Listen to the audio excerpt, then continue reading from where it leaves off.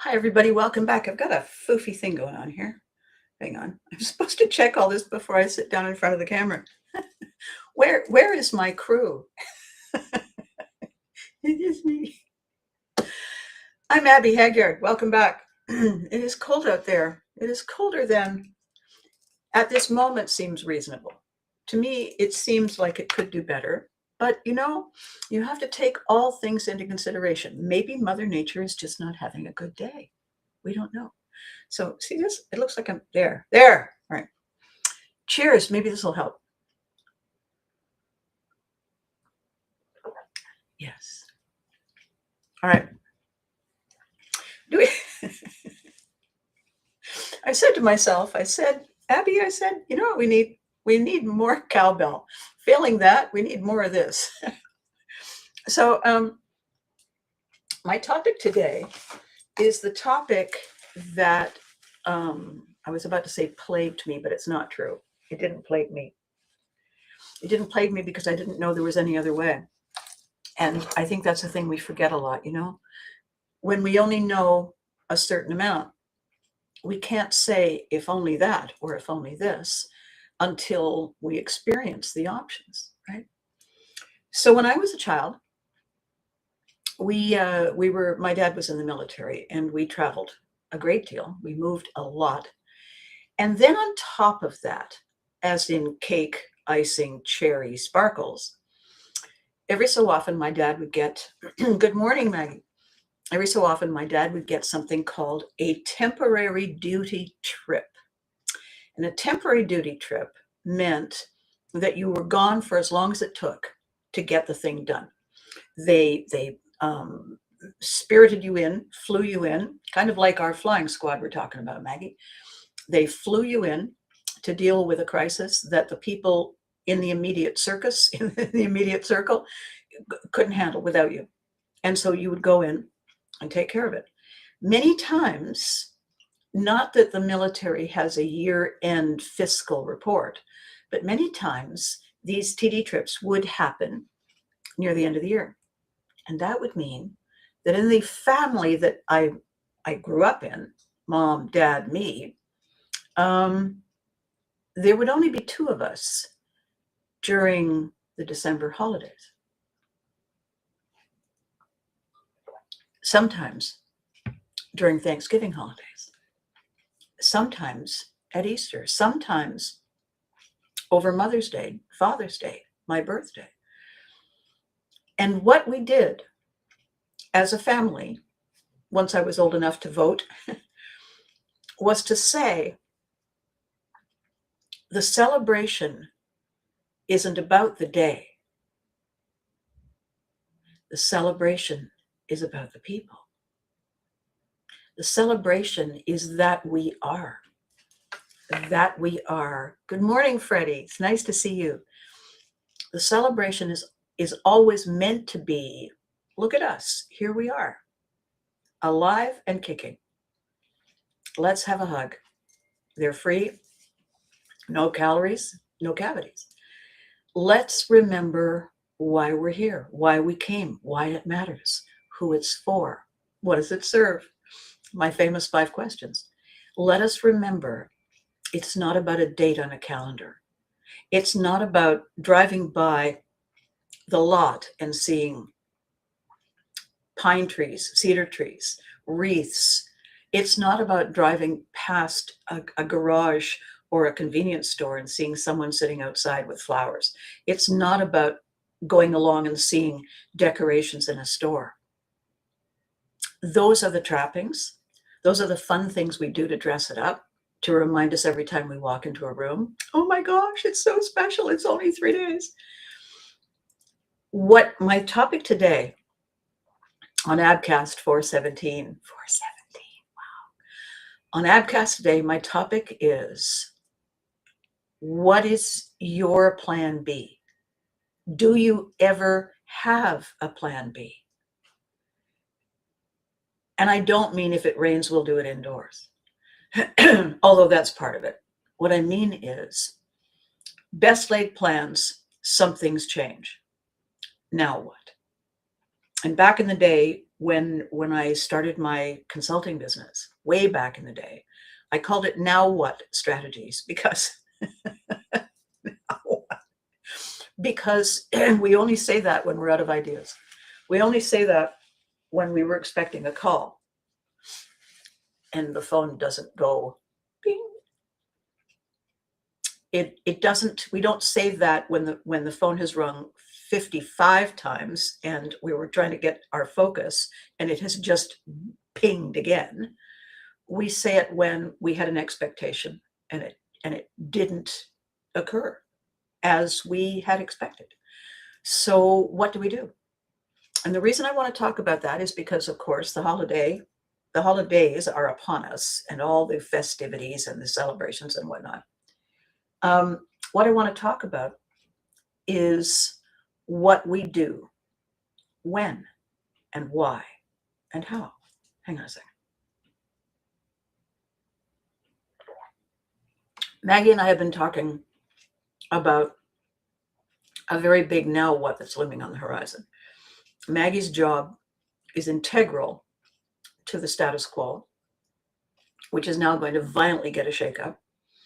And so we have been looking at preemptive strategies and creative ways to sneak up on what's going on from the side and come up with something practical, powerful, and I am all of my spidey senses say immediately popular, immediately immensely popular.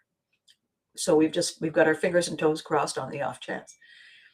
So the what ifs happen to us all the time. And how I'd like to organize that in your head, your heads and mine, is this way. You know how people talk about things that happened in a previous life? In a previous life, I was this. In a previous life, I was that. Back in the day, all that kind of thing. And what we're doing when we say things like that is we're anchoring to something outside us. We're anchoring to something that happened that we were part of, as opposed to something that happened to us from the inside, generated by us, celebrated by us, remembered by us. When we anchor everything to the external, if we see life as that moving sidewalk at the airport, a conveyor belt, if we anchor ourselves to the external and we step on that conveyor belt, we're going to get yoinked off the conveyor belt really soon, because external exists on its own platform, on its own conveyor belt, moving along at its pace, in its time. We have ours.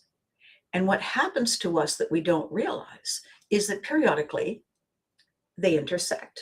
And there we are, right in front of each other. Hi, hey, see you again soon, coming round again. If we abandon our conveyor belt and leap over the barrier in order to ride that one, we're not living our lives. We are climbing aboard a different external agenda. We are riding along with the tide. We're not in charge. We're not the ones saying, I want to go that way. I'll get off here, please. Ding. When we buy into an external agenda, the external agenda and the people who shape it are in charge. And we are buying a ticket for the ride. What happens when anything about that external agenda falls apart? There's a flat tire. The driver is suddenly sick. There's a commotion among the passengers. We are held hostage to it. We don't get to say, that'll be enough of that, because it's not our ride. It's the ride we chose to join, to buy into, to follow, to become like. Now, in a society, we all do that to a certain extent. You know, it's minus everything today. What is the temperature today? It says minus 17 Canadian. So 17, 17, 34.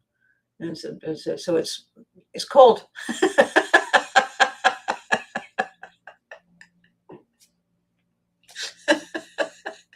Wear socks. I used to do morning drive radio, and there is nothing more grim than realizing you have to get up at 4 o'clock in the morning in February, January, slog over to the radio station. I mean, grateful for the job. Yes, thank you. But by the way, it's 4 o'clock in the morning. It's freezing cold. It's dark. You sit down with your coffee, and your co-host says, "Do you want to read the weather?" No, I don't want to read the weather. You have to read the weather. Fine, I'll read the weather. Ladies and gentlemen, boys and girls, humans of all shapes and sizes, it's dark. We're in Ottawa, Canada. It's February. What else were you expecting? If you're outside, you've made a serious mistake. I hope you're wearing socks. Is that good?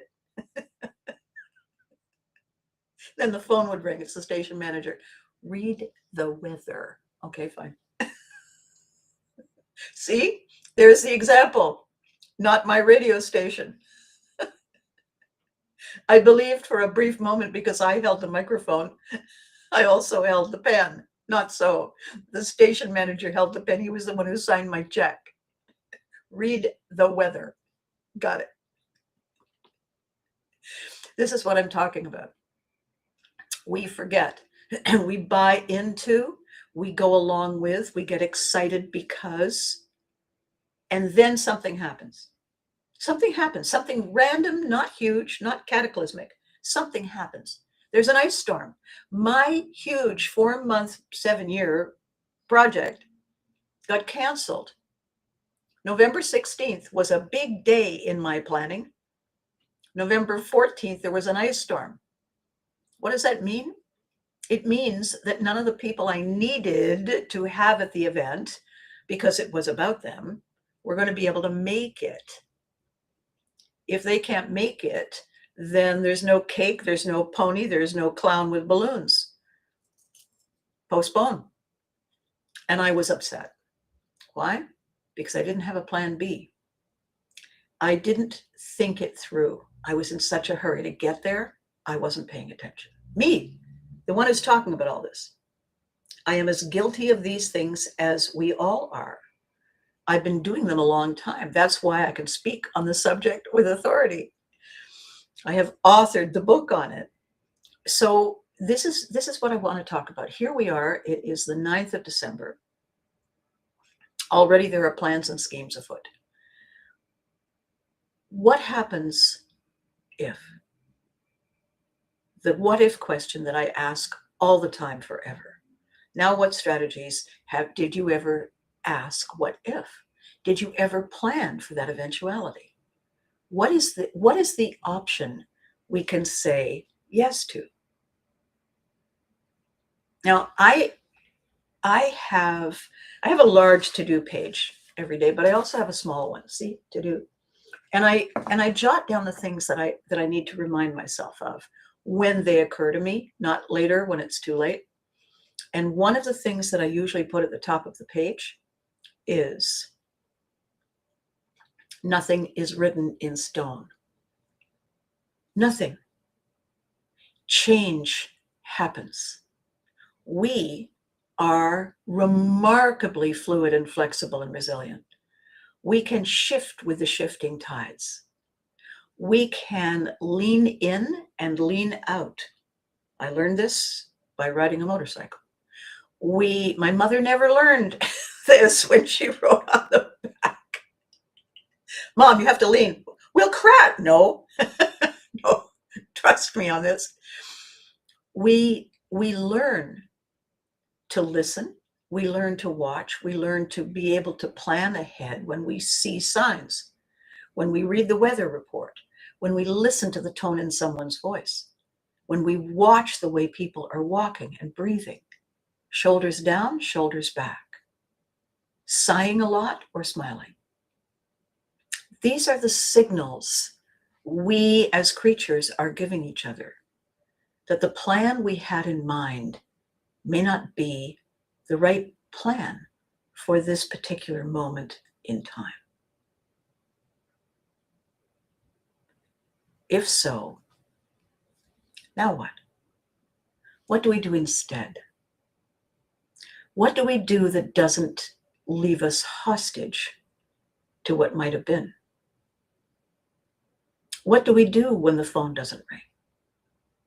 What do we do when we make the calls and everyone's busy? What do we do for us? How do we give ourselves permission to smile? How do we give our little inner child that hug? Because that's what's really going on. That's what the celebrations are all about. We walk into a room wearing our many hats. We see everyone else doing the same. We can get fixated on the hat.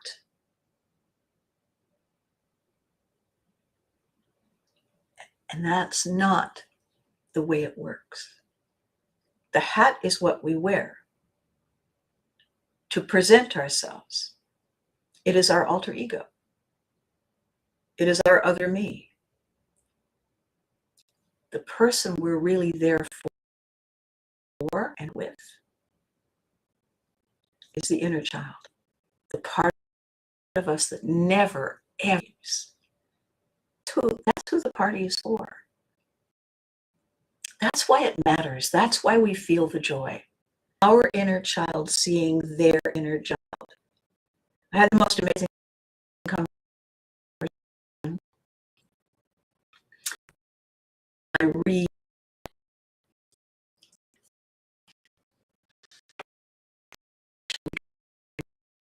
Hang on. I may have lost you guys if it's coming back. So reconnecting. I'm going to keep on talking. I had the most amazing conversation on the 5th of December. It was with my best friend at the time. There was a bit of a glitch. I'll start again. I had an amazing conversation on the 5th of December with the girl child woman now who was in that car wreck with me. And we wished each other happy rebirthday. Because truly, the moment before the moment that Porsche we were passengers in left the road and landed on its head and flipped and rolled and rolled and flipped and came to a stop was the first day of this life. And we left the other one behind. The other life with all the memories, the way many of us can remember many past lives. So somebody said the other day, "You look very young." And I said, well, I got to shave quite a few years off my age, really. It's kind of a bonus. And so I want to share with you the day I got off the gurney and onto the bed in the 3rd hospital we were in that day. My friend Deborah said, "Why do you constantly make this an issue?" And I said, "I hate goodbyes." She said, "You hate saying goodbye to a gurney?" And I said, "No, I hate saying goodbye to someplace I wasn't quite finished being." And she said, "Oh, you were finished. You were finished. Believe me, you were finished. We were both finished. That's why we're here, because we were ready for this." And I reminded her of that. And she said, "How did I get to be so wise?" And I said, "Man, I think it was that bonk on the head, don't you?" And we always connect at this time of year because our resolution is gratitude. Our resolution is to keep on being, to keep on seeing the possibilities, to keep on looking at the wonder that has re-presented itself. You know, I wake up in the morning and it's great. You know, when you just wake up ahead of the alarm so you can shut it off before it goes in your face. And you just sit there for a second. You just lie there and you think, and we're back. Thank you. And we're back. It's a big deal. And when we connect with our loved ones and say, on the off chance that the weather doesn't cooperate, and we can't do all the things as planned, let's make sure we focus on the point of the exercise. When we get together, how we get together. What is it for? Who is it for? What does it bring? What does it change? Why does it matter? It matters because we're still here. We're alive and kicking. And that means we get more time to do and be. We have opportunities to make our to-do lists and pick fun things at the top. Eat the dessert at the beginning of the meal. Try on something silly, over fancy to go to the laundromat. Why? Why not? Why not?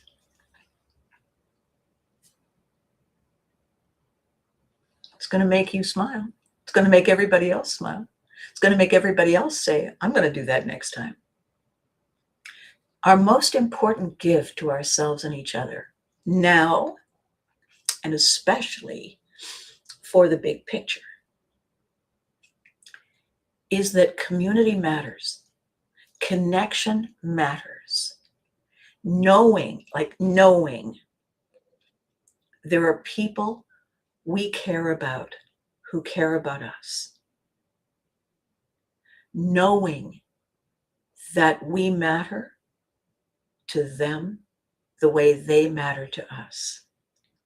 That's what it's for. All the other stuff, those are the bells and the whistles. And they're fun too.